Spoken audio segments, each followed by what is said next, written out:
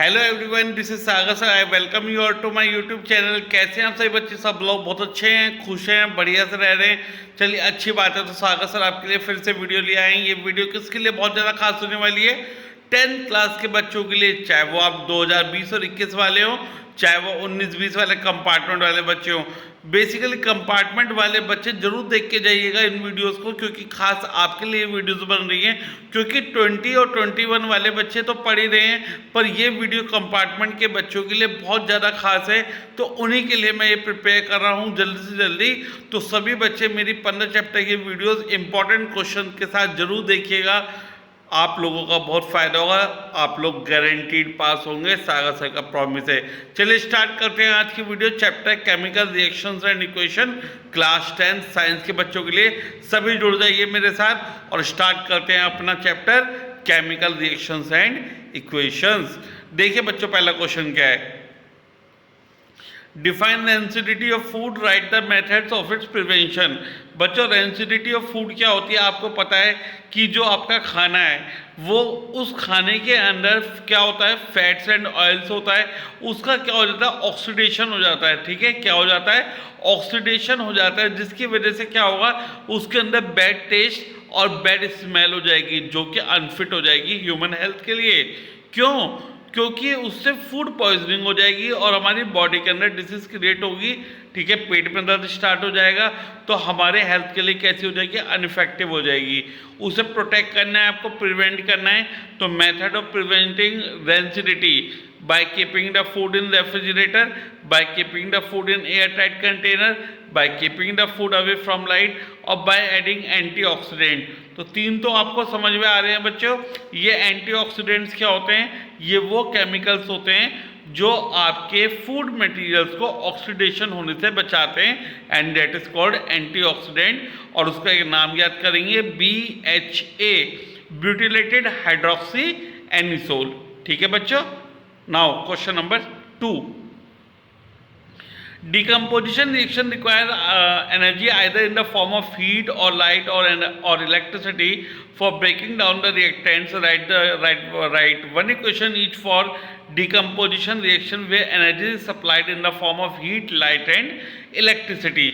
तो बच्चों, आपको क्या करना है? आपको तीन रिएक्शन लिख के दिखानी है। Decomposition by heat, that is called thermal decomposition. Decomposition by electricity, that is called electric decomposition. And decomposition by light और sunlight, that is called photo decomposition reaction. आपको तीनों रिएक्शन, एक एक रिएक्शन शो करनी है। सभी मेरे बच्चों को अच्छे से आती है जिन्होंने चैप्टर पढ़ा है। तो थर्मल डिकम्पोजिशन का डिकम्पोजिशन ऑफ आयरन सल्फेट दे देंगे, या लेड नाइट्रेट मैंने पढ़ाया था वो दे देंगे। Decomposition by light, that is photo decomposition. Decomposition silver bromide दे देंगे। और इलेक्ट्रिक डिकम्पोजिशन में डिकम्पोजिशन ऑफ वाटर दे देंगे। ठीक है, सभी लोगों को क्लियर हो गया? Question number 3, why should magnesium ribbon be clean before burning in air? क्योंकि आपको पता है कि मैग्नीशियम रिबन के ऊपर रखे रखे क्या जम जाती है बच्चों? एक लेयर जम जाती है कार्बोनेट की। किसकी लेयर जम जाती है बच्चों? कार्बोनेट की लेयर जम जाती है। तो क्या होगा? मैग्नीशियम की रिएक्शन ऑक्सीजन से नहीं हो पाएगी।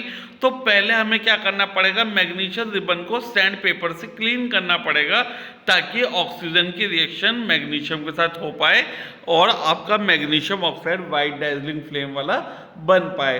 ठीक है बच्चों, तो सैंड पेपर से पहले उसे क्लीन करना पड़ेगा मैग्नीशियम कार्बोनेट की लेयर हटाने के लिए।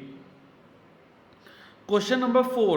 A solution of substance X is used for whitewashing. Name the substance X and write its formula. तो एक सॉल्यूशन जो सब्सटेंस X से मिलके बनता है वो वाइट वॉशिंग में इस्तेमाल किया जाता है। तो आपको X बताना है। तो X होगा बेटा आपका कैल्शियम ऑक्साइड, CaO, जिसे हम क्या बोलते हैं? क्विकलाइम। क्या बोलते हैं? क्विकलाइम। ठीक है, आप लोग याद रखेंगे। Right the relation of substance X named in first above with water. तो कैल्शियम ऑक्साइड और क्विकलाइम की रिएक्शन अगर वाटर के साथ कराते हैं तो आपका स्लेक लाइम बन जाता है calcium hydroxide. CaO plus H2O gives CaOH whole twice. ठीक है बच्चों। Question number 5. Why is the amount of gas collected in one of the test tube is double of the amount collected in the other? Name the gas. अब आपको पता है बच्चों, जब हम वाटर का इलेक्ट्रोलाइसिस करते हैं, इलेक्ट्रिसिटी पास कराते हैं, तो दो गैसेस बनती है आपकी, कौन कौन सी? Hydrogen and oxygen. ठीक है, हाइड्रोजन आपकी एक टेस्ट ट्यूब में मिलेगी और ऑक्सीजन आपकी दूसरी में। तो क्या होगा, देखो जैसे आप रिएक्शन देख रहे हो, 2H2O इलेक्ट्रिसिटी पास करी, 2H2 प्लस O2, तो हाइड्रोजन जो मिलेगी वो डबल अमाउंट में मिलेगी और ऑक्सीजन जो मिलेगी वो सिंगल अमाउंट में मिलेगी। तो जो रेशो रहता है हाइड्रोजन और ऑक्सीजन का, वो क्या रहता है बच्चों? 2:1। याद रखेंगे, एमसीक्यू में काम आएगा, मैंने कल कराया था एमसीक्यू में, right. Why does the color of copper sulfate solution changes when an iron nail is dipped in it? तो कॉपर सल्फेट सॉल्यूशन का बच्चों कलर क्यों चेंज हो जाता है जब आयरन नील उसमें ऐड करी जाती है?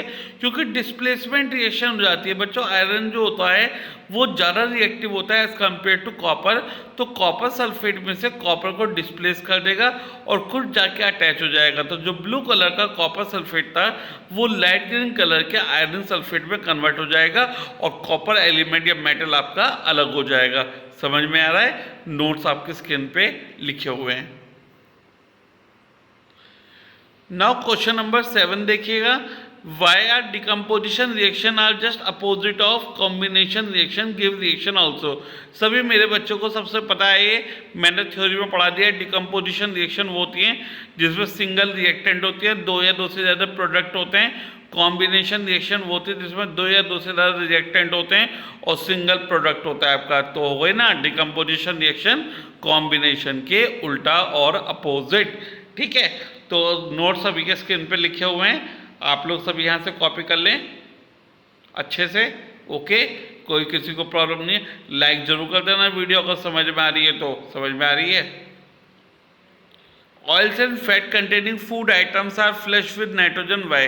तो जो भी खाना बनता है ऑक्सीजन किसमें? ऑयल और फैट में, उसे नाइट्रोजन में क्यों रखा जाता है? क्योंकि उसका ऑक्सीडेशन ना हो जाए। अगर ऑयल और फैट कंटेनिंग फूड आइटम्स आप ऑक्सीजन में रख दोगे, क्या बचेगा? रेंसिडिटी ऑफ फूड हो जाएगी, बैड स्मेल और बैड टेस्ट हो जाएगा, उसका ऑक्सीडेशन हो जाएगा, जो कि अनफिट हो जाएगा आपके खाने के लिए।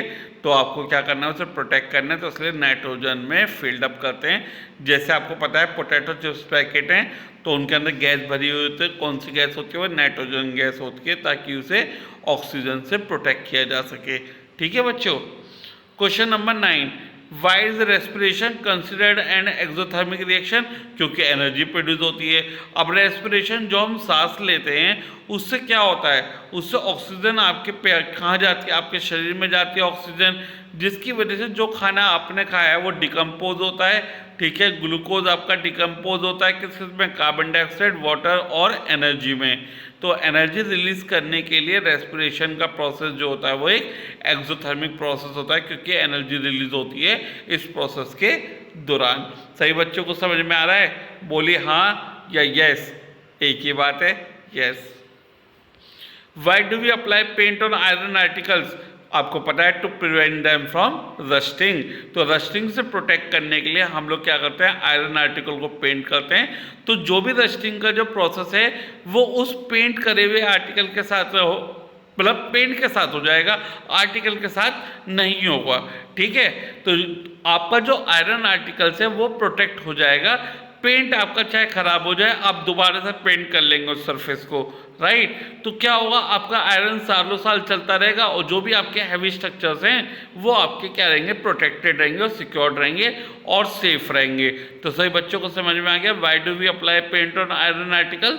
To protect them from rusting. ठीक है, तो बच्चों ये थे हमारे इस वीडियो के 10 important question from the chapter chemical reactions and equation.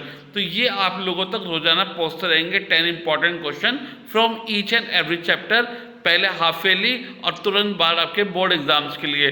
तो मैं जल्दी जल्दी क्यों अपलोड कर रहा हूँ? क्योंकि कंपार्टमेंट के बच्चों का पेपर आ रहा है, तो रोज की 1 या 2 वीडियो आप लोगों के लिए रोजाना अपलोड होगी। तो जल्दी से इसे कंप्लीट कर लीजिए, लाइक कीजिए, समझ में आता है, चैनल को सब्सक्राइब कीजिए, 5 जनों को जरूर शेयर कीजिएगा सागर बंसल सर के easy concept. Good luck from जिज्ञासा and all the best from Sagar Bansal sir.